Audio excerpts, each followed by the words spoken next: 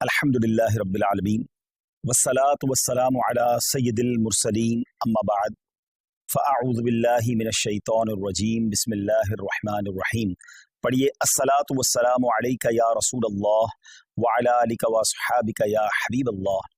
الصلاة والسلام علیک یا نبی اللہ وعلی آلک واصحابک یا نور اللہ. سرکار مدینہ راحت قلب و سینہ صاحب معطر پسینہ صلی اللہ تعالی علیہ وآلہ وسلم کا فرمان عافیت نشان ہے. اے لوگو، بے شک بروز قیامت اس کی دہشتوں اور حساب کتاب سے جلد نجات پانے والا شخص وہ ہوگا جس نے تم میں سے مجھ پر دنیا کے اندر بکثرت درود شریف پڑھے ہوں گے. صلو علی الحبیب صلی اللہ تعالی علی محمد صلی اللہ علیہ وسلم. بڑے مبارک دن اور بڑی مبارک راتیں ہمارے درمیان ہیں. سب سے پہلے کچھ بات کرتے ہیں قربانی کے حوالے سے. یہ کتنی بڑی نیکی ہے، کتنی بڑی سعادت ہے. حضرت سیدنا احمد بن اسحاق رحمۃ اللہ تعالی فرماتے ہیں، میرا بھائی باوجود غربت رضا الہی کی نیت سے ہر سال بقرہ عید میں قربانی کیا کرتا تھا. اس کے انتقال کے بعد میں نے ایک خواب دیکھا کہ قیامت برپا ہو چکی ہے، لوگ اپنی اپنی قبروں سے نکل آئے ہیں اور یکایک میرا مرحوم بھائی ایک چت کبرے گھوڑے پر، ایک خوبصورت 2 رنگ والے گھوڑے پر سوار نظر آیا اور اس کے ساتھ اور بھی بہت سارے گھوڑے تھے. تو میں نے پوچھا، یا اخی ما فعل اللہ تعالی بکا، اے میرے بھائی اللہ عز و جل نے آپ کے ساتھ کیا معاملہ کیا؟ تو وہ کہنے لگا، اللہ عز و جل نے مجھے بخش دیا. تو میں نے پوچھا کہ کس عمل کے سبب تجھے بخش دیا گیا؟ تو اس نے کہا کہ ایک دن کسی غریب بڑھیا کو بنیت ثواب میں نے 1 درہم دیا تھا، وہی کام آ گیا. پوچھا، یہ گھوڑے کیسے ہیں؟ بولا، یہ سب میری بقرہ عید کی قربانیاں ہیں اور جس پر میں سوار ہوں یہ میری سب سے پہلی قربانی ہے. میں نے پوچھا، اب کہاں کا ارادہ ہے، کہاں کا عزم ہے؟ انہوں نے کہا، جنت کا. اور یہ کہہ کر میرا بھائی میری نظروں سے اوجھل ہو گیا. سبحان اللہ سبحان اللہ. 2 بڑی اہم باتیں پتہ چل رہی ہیں اس سے. ایک تو کسی غریب کی مدد کرنا، ہمیں نہیں معلوم کہ ہم کسی کی مدد کر رہے ہیں اس کے دل سے کیسی دعا نکل رہی ہے، اس کے دل میں کیسی راحت پہنچ رہی ہے اور ہمارے نہ جانے کتنے گناہ معاف ہو جائیں، اللہ کی رضا حاصل ہو جائے، جنت مل جائے. اور دوسرا جو قربانی ہے، سبحان اللہ، یہ انشاءاللہ جنت کی سواریاں بنے گی، پل صراط کی سواریاں بنے گی.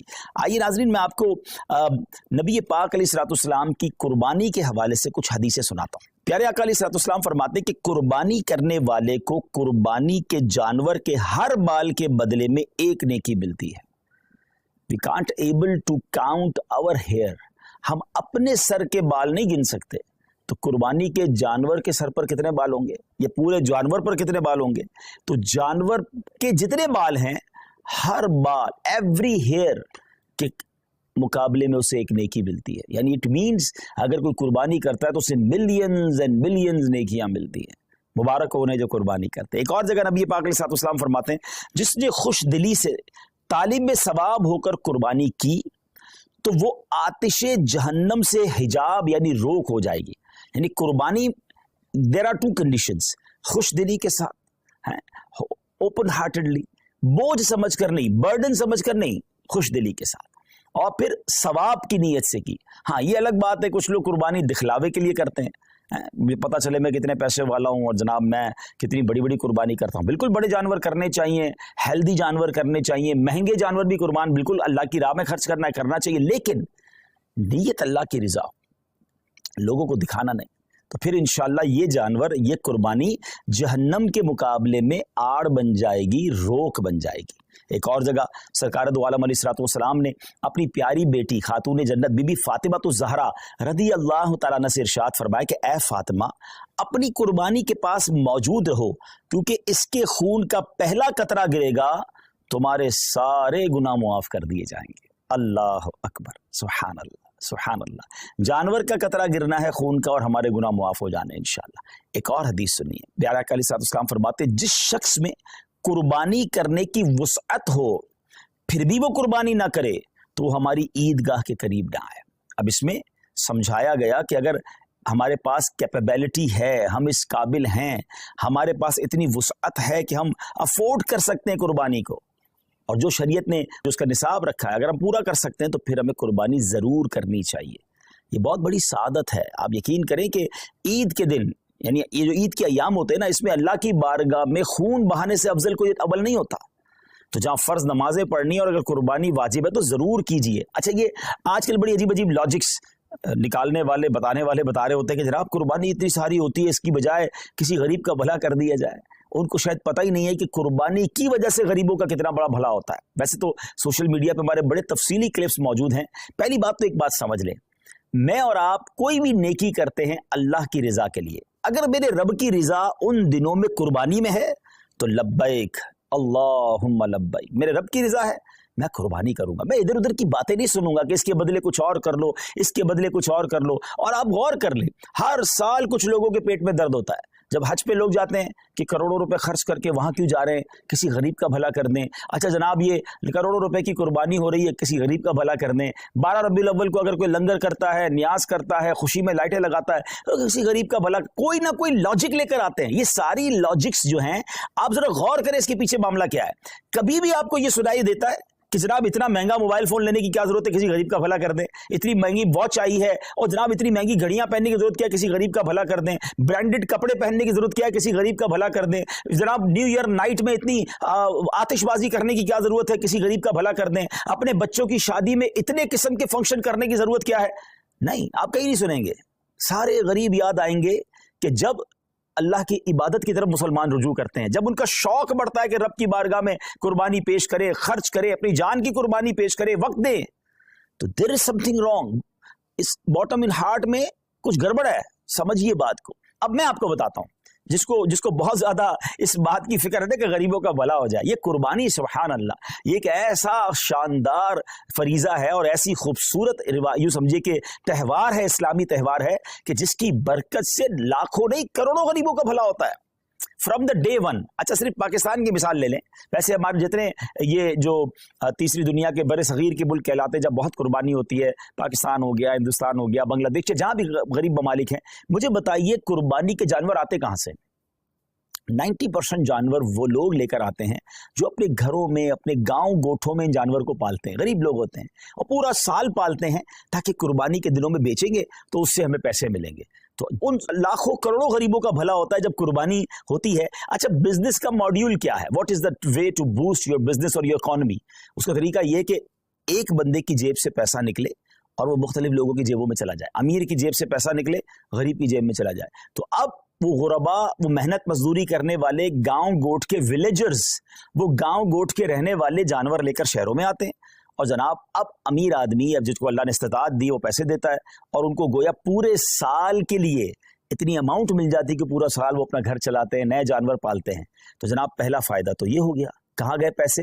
غریبوں کے پاس گئے. اچھا لیکن جب وہ جانور کسی منڈی میں آئے تو اس منڈی میں ہزاروں لاکھوں، یوں سمجھے پوری دنیا میں اگر دیکھیں تو لاکھوں شاید مزدوروں کا بھلا شروع ہو جاتا ہے. کوئی چارہ کھلا رہا ہوتا ہے، کوئی لوڈنگ کر رہا ہوتا ہے، کوئی ان کا خیال کر رہا ہوتا ہے، ان کا روزگار شروع ہو جاتا ہے. پھر جب وہ خرید کر گھر لاتے ہیں تو سوزوکی والے، ٹرک والے، ان کا روزگار شروع ہو جاتا ہے. اچھا منڈی میں صرف چارے والے نہیں، رسی والے، جانوروں کی خوبصورتی کی چیزیں ہوتی ہیں وہ بھی بیچ رہے ہوتے ہیں.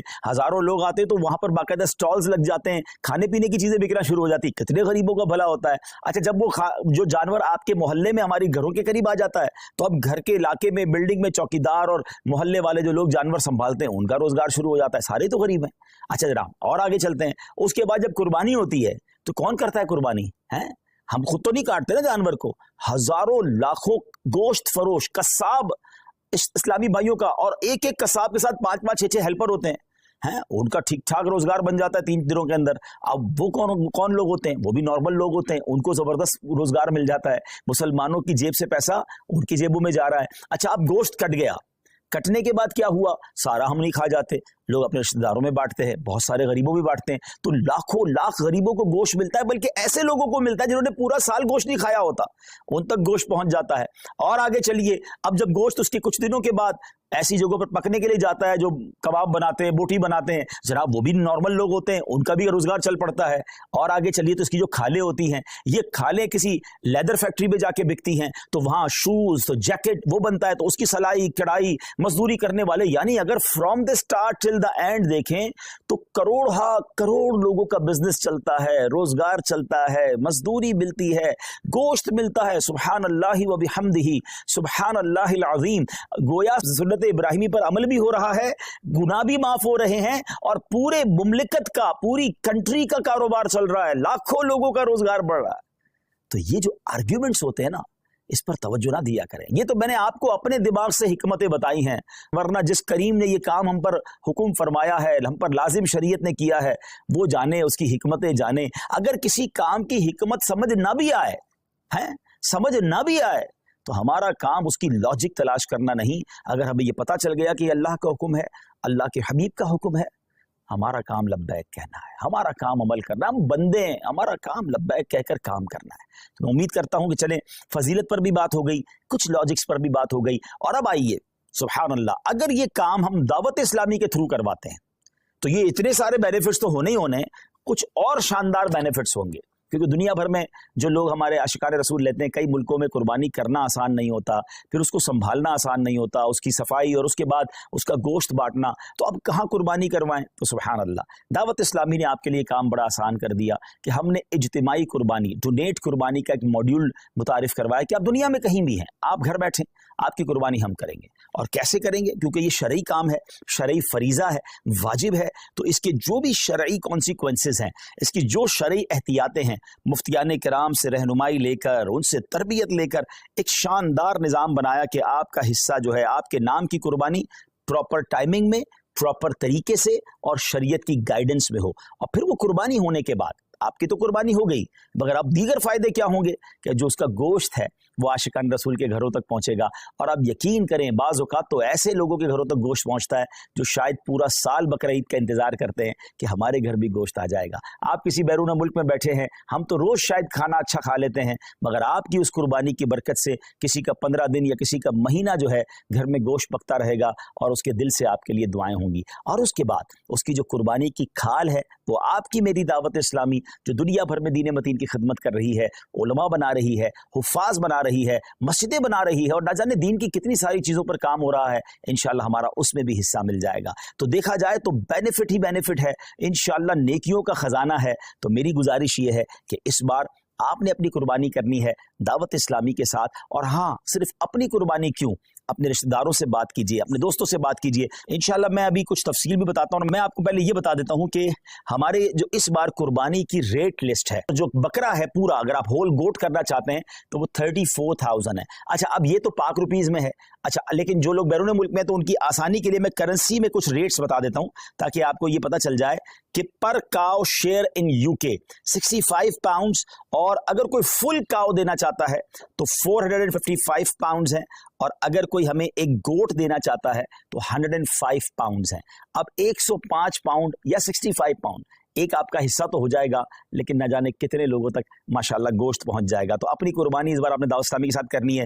یو ایس اے کی طرف چلیں تو $80 ہے پر کاؤ میں جو آپ کا حصہ ہے، اور ایک گوٹ، ایک بکرا جو ہے $130 ہے. کینیڈا میں $100 پر شیئر کاؤ میں، اور گوٹ کے اندر 165 کینیڈین ڈالرز ہیں. یورپ کی بات کریں تو 70 یورو ایک حصہ ہے گائے کے اندر، اور پورا بکرا جو ہے فل گوٹ 120 یوروز بنتے ہیں. باقی اسی طرح کرنسیز ہیں. یو اے ای میں اگر ہم بات کریں تو 275 درہمز بنتے ہیں ایک حصے کے. شاید 350 درہم میں تو یو اے ای میں آپ بکرا ڈھونڈ نہیں سکتے یا حصہ لے نہیں سکتے. اور اگر بکرا کی طرف چلیں تو آپ کا بنتا ہے 450 درہم. تو کیوں نہ ہمارے مشرق وسطیٰ کے لوگ ہوں، مڈل ایسٹ کے لوگ ہوں، یورپ کے لوگ ہوں، افریقہ کے لوگ ہوں، عاشقان رسول ہوں، اپنی دعوت اسلامی کے ساتھ اس بار قربانی کریں. اور ہاں، میں تو ایک اور مشورہ بھی دوں گا کہ اگر آپ نے سبحان اللہ، نبی پاک ہمیں بھولے نہیں تھے، میرے آقا علیہ الصلوۃ والسلام نے منا کی وادیوں میں اپنی امت کے لیے قربانی کی. تو کیا ہی اچھا ہو کہ جہاں میں اپنے لیے قربانی کروں، وہاں میرے آقا علیہ الصلوۃ والسلام کے نام کی بھی قربانی کروں. اور یہ پیارے آقا علیہ الصلوۃ والسلام کی بارگاہ میں ایصال ثواب کے لیے ہوگا. تو ہو سکے تو پوری گائیں یا کم از کم ایک پورا بکرا جو ہے، ہم کہتے ہیں نا کیا پیش کریں جانا، کیا چیز ہماری ہے، یہ دل بھی تمہارا ہے، یہ جان بھی تمہاری ہے. اور سبحان اللہ، اللہ نے اور نوازا ہے تو اپنے سیدی غوث اعظم کے ایصال ثواب کے لیے. ایکچولی نام پر تو اللہ کی قربانی ہوتی ہے، یہ دراصل ایصال ثواب کے لیے ہوتی ہے. پھر آگے چلے تو اپنے مرحوم والدین کے ایصال ثواب کے لیے آپ قربانی کر سکتے ہیں، اپنے مرحوم رشتہ داروں کے لیے کر سکتے ہیں. اللہ نے نوازا ہے تو 4 یاروں کے لیے بھی ان کے ایصال ثواب کے لیے کریں، پنجتن پاک کے ایصال ثواب کے لیے کریں. اب یہ دیکھیں نا کہ آپ